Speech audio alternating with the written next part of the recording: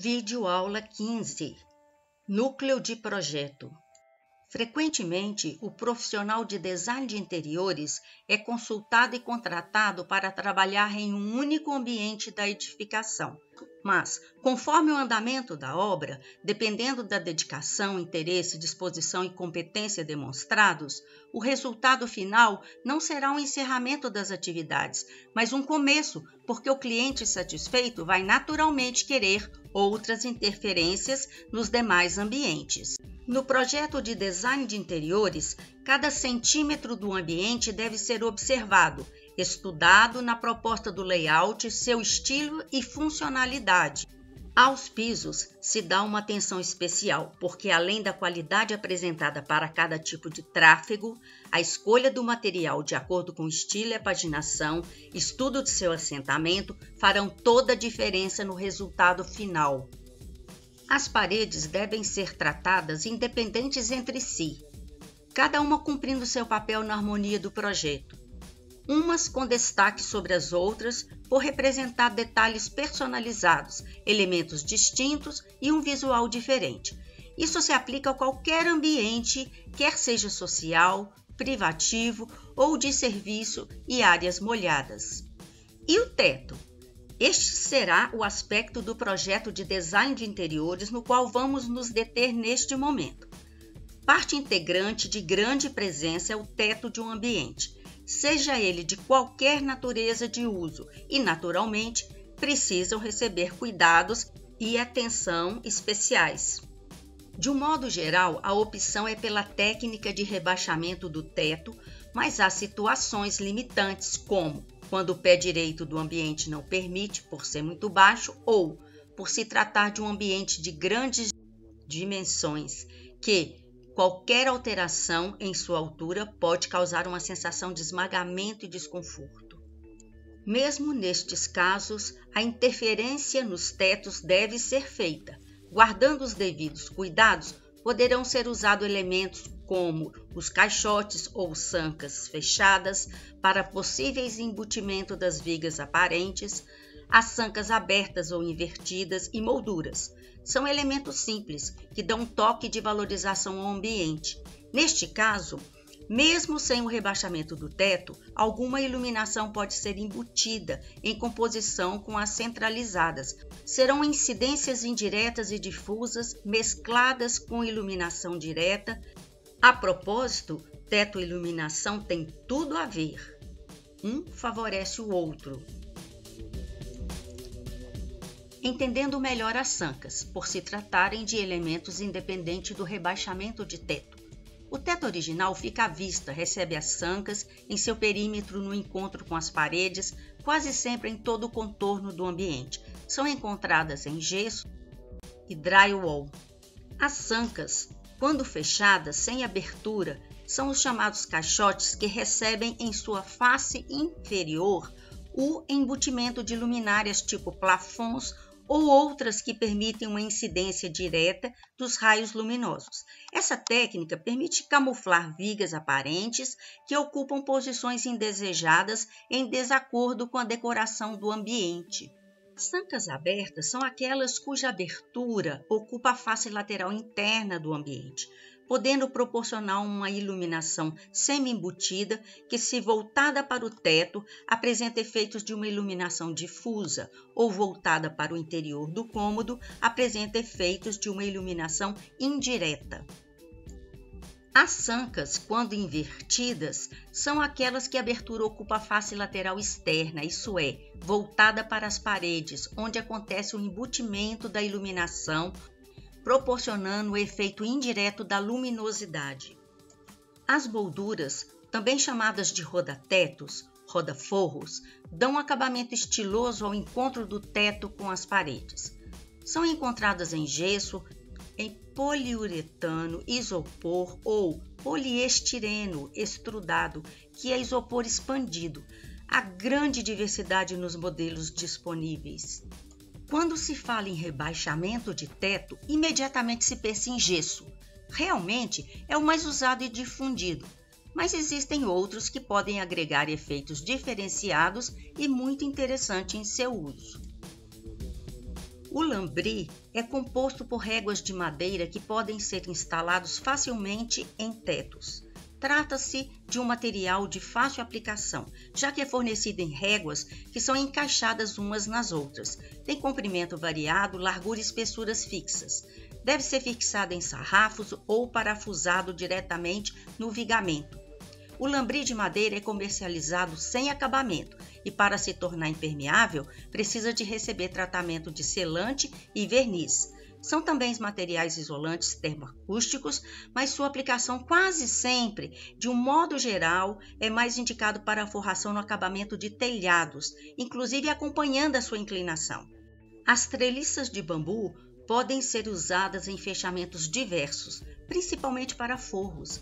As esteiras de bambu são feitas através da ligação das tiras que se obtém do tronco do bambu e foram idealizadas principalmente para forrações de teto, para serem instaladas por cima dos caibros e sob ripamento das telhas em coberturas.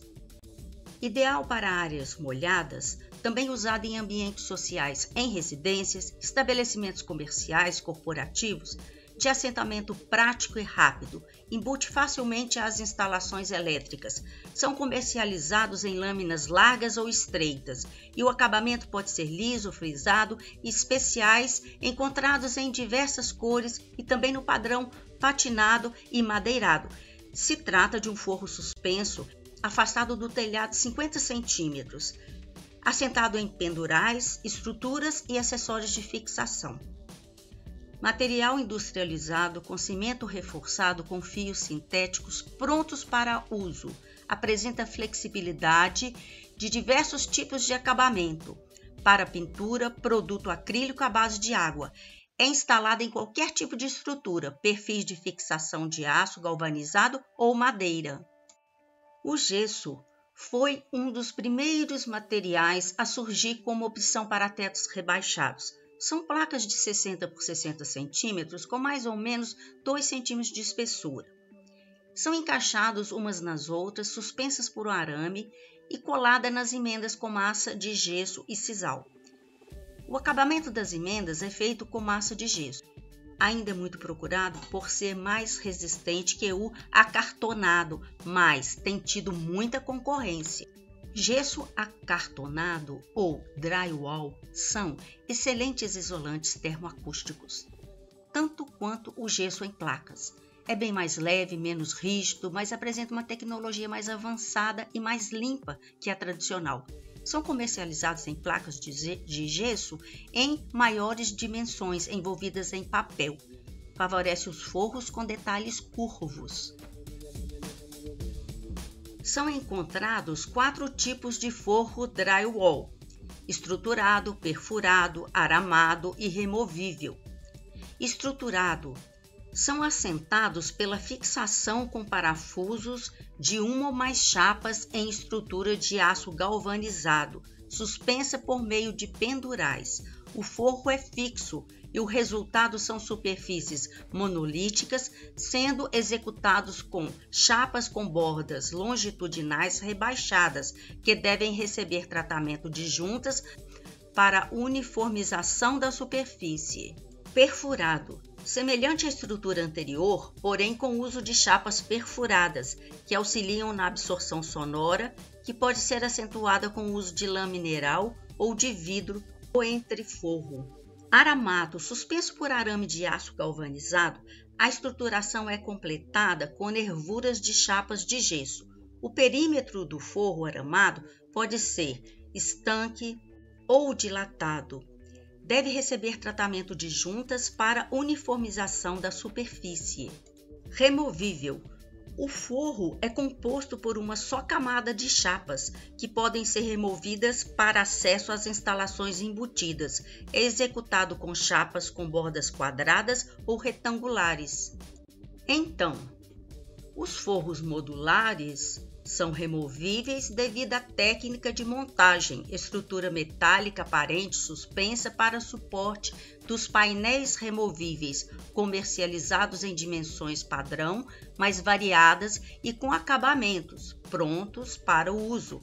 Esses painéis são encontrados em vários materiais, como PVC modulado, gesso acartonado, forro de fibra mineral, forro boreal em lã de vidro revestido em PVC microperfurado e peças metálicas encontradas em diversos modelos, constituídos por finas chapas metálicas, usualmente perfuradas. Duas são as situações que encontramos em nossas edificações: aquelas em que a cobertura é diretamente o telhado e seu engradamento, sem a existência de laje, ou aquelas que apresentam lajes de forro de concreto armado. Para aquelas edificações que não possuem lajes, são cobertas diretamente com o telhado, a criação de tetos falsos se faz necessária. Após essas considerações, o forro para esse tipo de edificação poderá ser plano na horizontal ou acompanhando as inclinações do telhado, que, cá para nós, é lindíssimo, não? Então, o que mais se vê para rebaixamento desse tipo, inclinados ou não, são as madeiras ou lambris de madeiras, tratada e envernizada, aparentes ou pintadas de cores variadas. Também uma ótima opção são os forros de PVC, que, sendo plásticos, são ideais para ambientes úmidos e é resistente à água, são imunes a problemas como cupins, já muito comum nas madeiras. Outra finalidade dos rebaixamentos de teto é na setorização de ambientes integrados. É um recurso que delimita, criando uma suave e sugestiva divisão, sem necessariamente criar obstáculos que compactam o espaço real e comprometem o visual. Outra finalidade é o conforto térmico acústico, por exemplo, drywall com lã de vidro e outros materiais de características semelhantes. Outra finalidade é o embutimento de fios e cabos de iluminação e de aparelhos de ar-condicionado. São de grande ajuda como recurso de disfarce de defeitos e de vigas se estas não forem ser usadas como elemento de destaque. Como vimos, em edificações que não possuem lajes de forro, o mais importante é a escolha do material a ser usado no forro falso, que possam suportar umidades por terem características impermeáveis. O telhado está sujeito à intensa radiação solar e intempéries. Certamente sofrerá desgaste e deixará passar muitas impurezas e poeiras para dentro do ambiente. Independente do tipo de telha, mesmo com a forração de manta de impermeabilização, entre telhas e engradamento, certamente vai haver vazamento em dias chuvosos. Não porque foram mal executados, mas porque a chuva e os ventos são manifestações climáticas variáveis e sua direção é incontrolável. Portanto, a mínima fresta será suficiente para pequenas goteiras. Mesmo alguns fabricantes dando garantias que o drywall é um material apropriado, se houver goteiras, vai furar e vazar, mesmo o gesso sendo acartonado. Não suporta contato direto com água. Sabemos que os reparos são fáceis e imperceptíveis, mas o cliente precisa estar ciente do problema para que a insatisfação não recaia sobre o profissional. Outro cuidado é a altura do pé direito. Deve ser sempre considerada no estudo do rebaixamento do teto.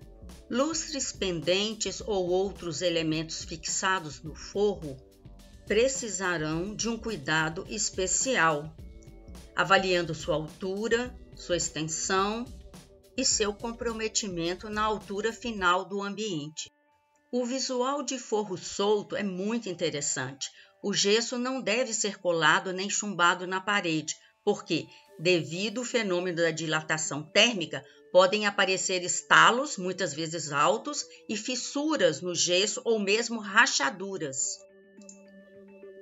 Outro cuidado é no caso do forro de gesso suspenso por arames, e no lugar da junta de dilatação, a tabica, se fizer opção por molduras de acabamento. É necessário que essas sejam aplicadas em primeiro lugar e depois o forro, que será apoiado e calçado nessas molduras para acabamento perfeito.